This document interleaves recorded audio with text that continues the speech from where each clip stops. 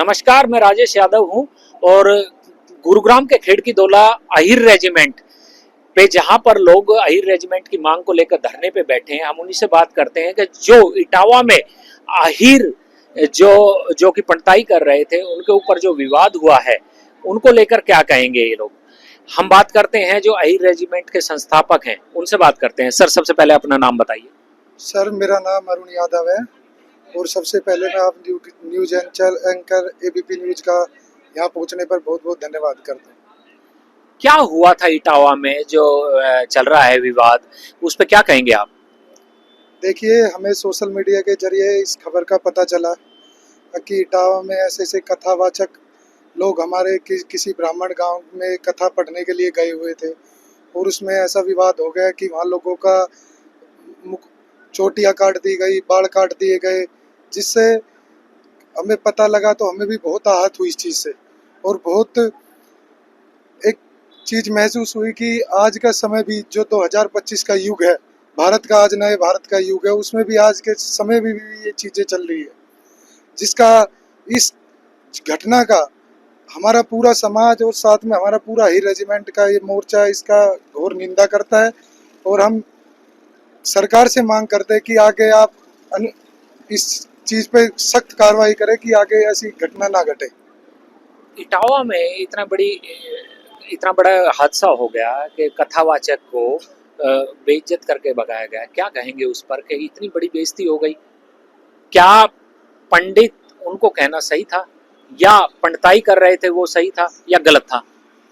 देखिए, वो बहुत गलत था वो चीज़ें, क्योंकि जो आज का युग है, आप इस सही रेजिमेंट धरने पे बैठे हुए हैं, आप यहाँ देखो कि मैं आपको एक और चीज़ें बताता हूँ कि यहाँ पर एक लोग आया था जो बिहार से एक गरीब ब्राह्मण का बच्चा था।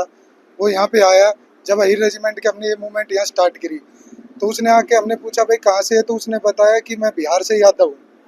तो हमने क्या किया कि और भी कोई किसी जाति से लोग आते हैं तो हमने उसकी हेल्प करने का प्रयास किया। उसने कहा भाई मैं बेरोजगार हूँ, मेरे को नौकरी लगाओ।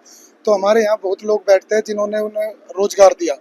अब जैसे हमें 10 दिन पहले पता चला कि उसका आधार कार्ड पे किसी ने बताया कि ये तो कोई ब्राह्मण लड़का है, तो मैंने उसको यहाँ बुलाया और मैंने कहा भाई इस बात में छुपाने की क्या बात है, हम सब समाज से बने हुए लोग हैं, इस देश भारत देश के वासी है, हम जाति वाति पे विश्वास नहीं करते। आप लोग हमारे लिए हेल्प मांगने के लिए आए, हमने आपकी हेल्प करी, ना कि हमने उस पर किसी प्रकार का कोई बाढ़ काटे या उसको कोई मारने पीटने का प्रयास किया या कुछ भी किया।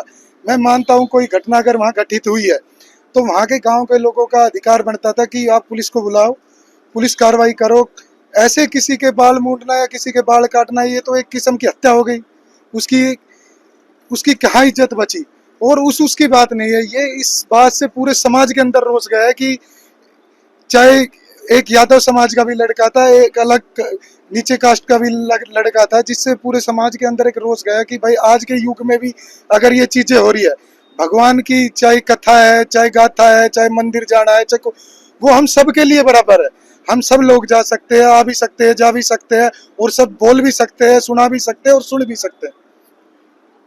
इटावा में जिस प्रकार इस हादसे के बाद, हादसा बोलेंगे, हादसे के बाद जो हुआ वहां पर, उसके बाद इटावा में अहिर रेजिमेंट ने प्रोटेस्ट किया है, यानी वहां पर उसके समर्थन में, उनके समर्थन में वहां पे प्रदर्शन हुआ है। क्या आप लोग भी उनके समर्थन में कुछ करेंगे, यहाँ पर प्रदर्शन कर पाएंगे? देखिए, अहिर रेजिमेंट के जो मैं कल से सोशल मीडिया पे जिस तरीके से देख रहा हूँ कि अहिर रेजिमेंट के लोग थे, अहिर रेजिमेंट के लोग थे, तो मैं आपके माध्यम से उन सब सोशल मीडिया के चैनल से मैं पूछना चाहता हूँ कि क्या अहिर रेजिमेंट बन गई?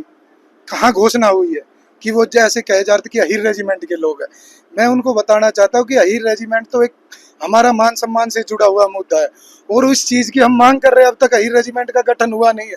आप इस धरने पे देखो, इस धरने पे आप देखो, पिछले 2018 से लगातार ये धरना चल रहा है। बीच में कोरोना आ गया, जब इसको थोड़े दिनों के लिए हटा दिया गया था, 4 फरवरी से लगातार ये चल रहा है। इसमें तकरीबन 10 लाख लोग यहाँ आ चुके हैं, 10 लाख 15 लाख, ज़्यादा लोग अभी कोई गिनती नहीं, इतने लाखों लाखों लोग यहाँ इकट्ठे हुए और तमाम पार्टियों से, अलग अलग जाति से लोग, अलग अलग धर्म से लोग, अलग अलग कम से कम 20 पार्लियामेंट सांसद इस धरने पे आए हैं, अनेकों मंत्री इस धरने पे आए हैं।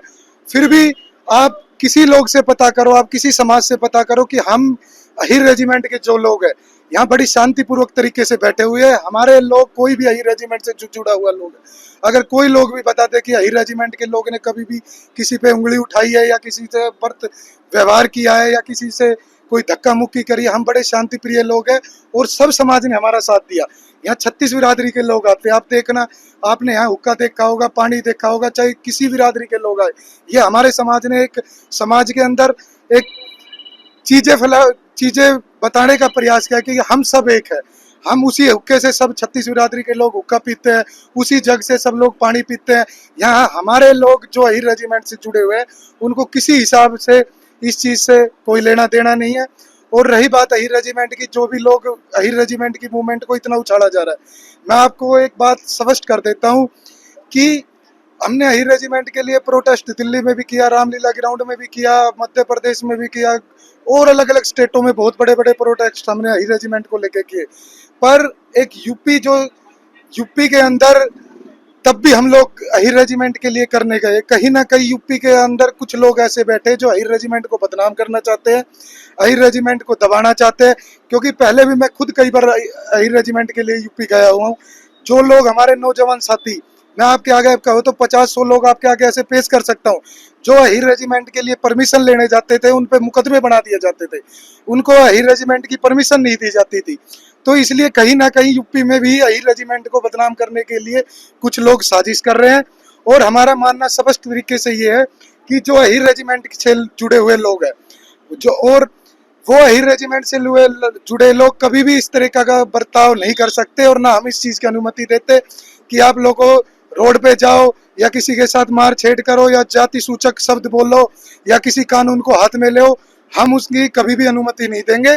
और मैं आपको बताना चाहता हूं कि कल से हमारे पास फोन आने लग रहे तकरीबन लोग 100 200 300 लोग, आज सुबह से भी काफ़ी फ़ोन आ लिए कि अब कहीं ना कहीं ऐसे लोग भी जो उस प्रोटेस्ट में नहीं थे या ऐसे लोग जो करने वाले, कोई तो देखो कोई बड़ा आंदोलन होता है तो कुछ लोग सरकार के भी आ जाते हैं, कुछ लोग वैसे भी आ जाते हैं एक चीज़ को बदनाम करने के लिए।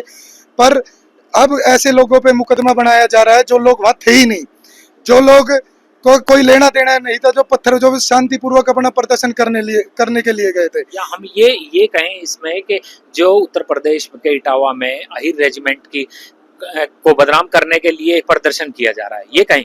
नहीं, अहिर रेजिमेंट को बदनाम करने के लिए प्रदर्शन नहीं किया जाए। दरअसल बात क्या है, क्या उत्तर प्रदेश में कुछ लोग और मैं कहूँ बैठी सरकार, हो सकता है मुख्यमंत्री तक ये बात ना पहुंच पाए, पर हमने कई बार पहले भी शांतिपूर्वक प्रोग्राम करने के लिए परमिशनें मांगी है, पर वहां से जो पुलिस प्रशासन के लोग हैं, जो लोग हैं, ना तो उनने परमिशन दी और उल्टे लोगों पे मुकदमे भी बना दिए। तो कहीं ना कहीं उत्तर प्रदेश में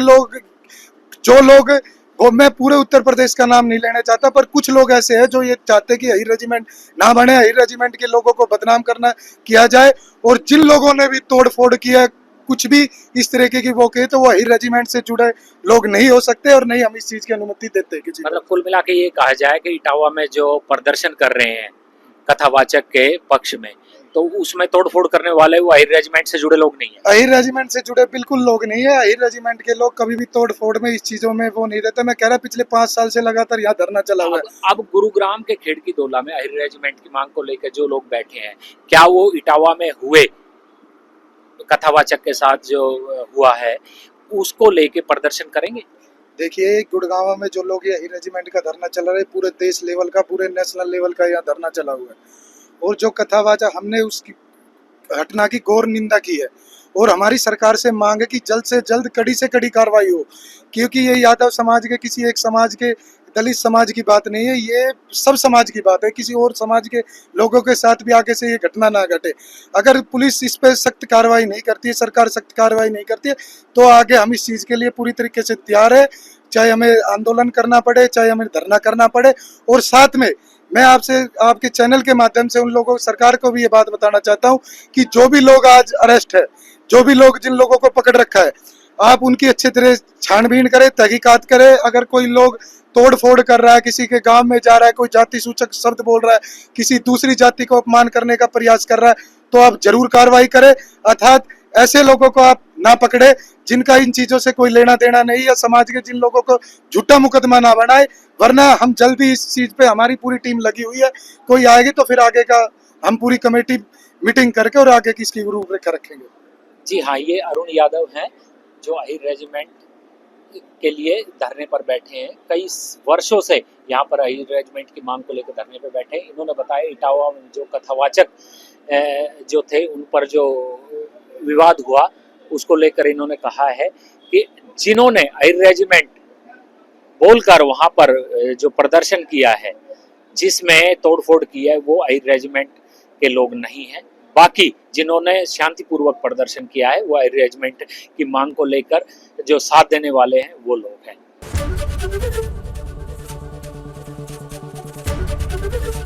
एबीपी गंगा, खबर आपकी, जुबान आपकी।